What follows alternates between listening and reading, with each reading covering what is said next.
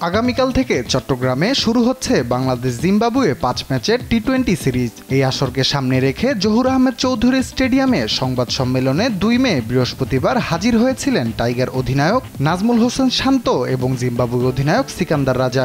সিরিজটি নিয়ে কথা বলার আগে টেবিল থেকে কোমল পানীয় কোকা-কোলার বোতল সরিয়ে দেন রাজা। এর আগে কোকা-কোলা বর্জন করে বিশ্বব্যাপী আলোচনার ঝড় তুলেছিলেন পর্তুগালের ফুটবল সুপারস্টার ক্রিস্টিয়ানো রোনালদো। ধস নামিয়ে দিয়েছিলেন এই পণ্যের শেয়ারে।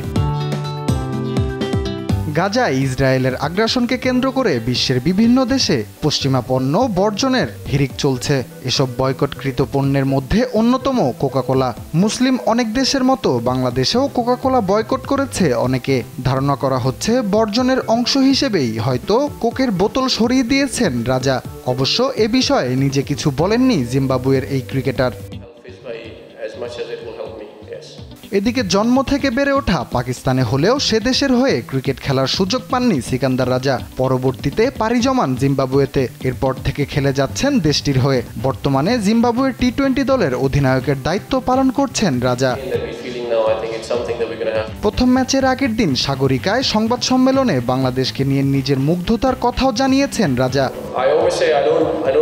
আমি বাংলাদেশে প্রায় আসি, জানি না ভবিষ্যতে কি হবে। যদি শেষবারের মতো এসে থাকি, আমি চাই আমার স্ত্রী, মেয়ে, ছেলে তারা বাংলাদেশের ভালোবাসা, আতিথেয়তার অভিজ্ঞতা পাক। স্পোর্টস ডেস্ক, দেশ টিভি।